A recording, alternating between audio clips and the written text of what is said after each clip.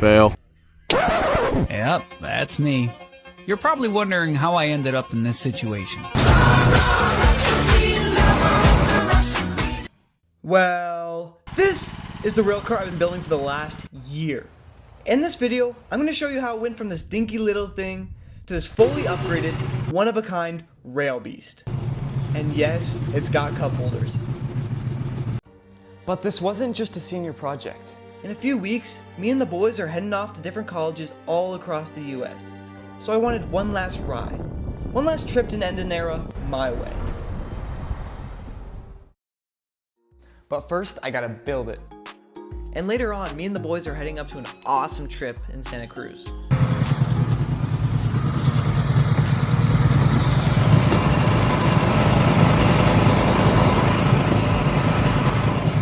Dylan, how's the trip? Besides almost dying from a bush, it's amazing.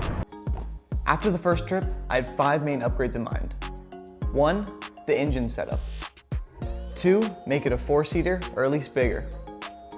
3, the fun stuff. 4, the electronical and electric components to it. And 5, the brake. First step, engine components. I had an engine mount welded on, and then bought and added a 420cc 13 horsepower Harbor Freight engine.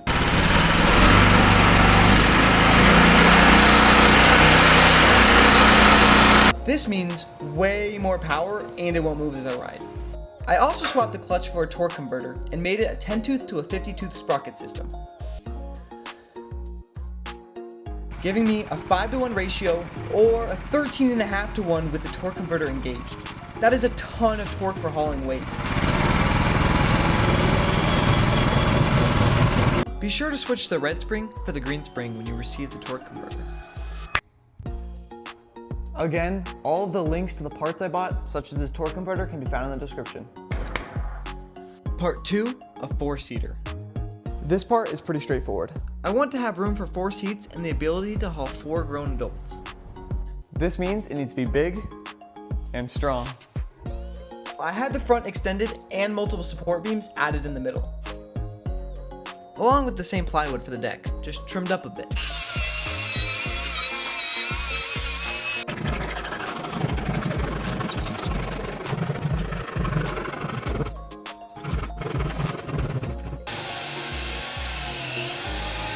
This also allows me to add a 3rd bearing to each axle. The seats are just simple camping chairs bolted down with U-bolts, plus added L brackets to the side so no one falls off. Okay, enough of the boring stuff. Step 3, the fun stuff. Obviously, I added cup holders first. This is key for trips with the boys. I next bought a horn, speedometer, and lights. I don't know why the camera made it glitchy, but the speedometer worked perfectly, and we can consistently get up to 17 miles per hour, but I'm sure on a track we are more confident in, we can for sure go faster.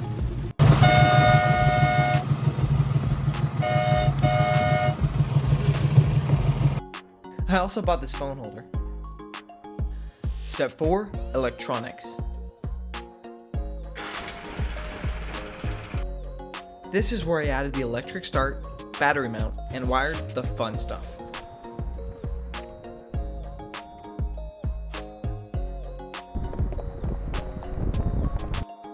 I made this folding custom control mount. It's just a cutout plastic electric box that perfectly fits the speedometer and my nightlight switch panel.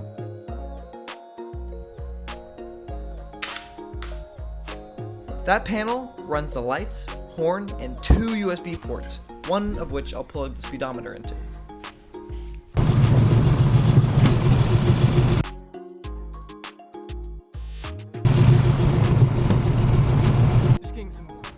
It's on this cool mount that allows me to fold it down when not in use. Like so. Is it sharp? Yeah. This is a Tupperware box that I'm using to house all of my electronic components. I legit just got it at Target. The wiring goes battery, to the kill switch, to the resettable breaker, to the fuse block, to everything else. One main ground point ties it all together. I got all of my knowledge about wiring and electronics from hours of ChatGPT and YouTube. You should totally go do the same if you're interested or confused. But I also left all of my plans and stuff in the description below.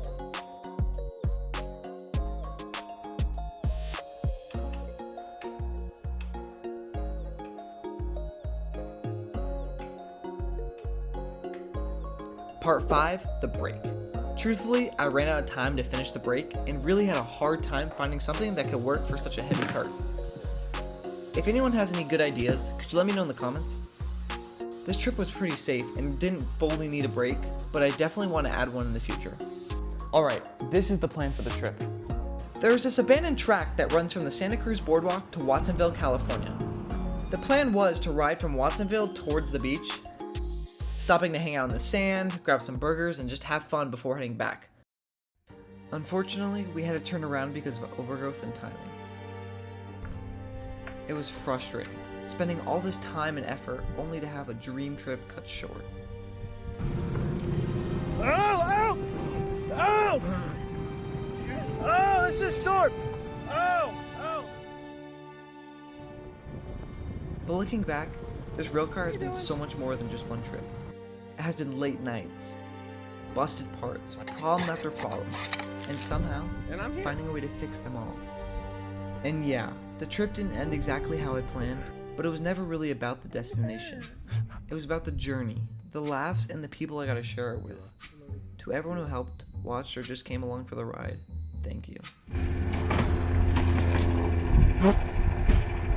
Fail.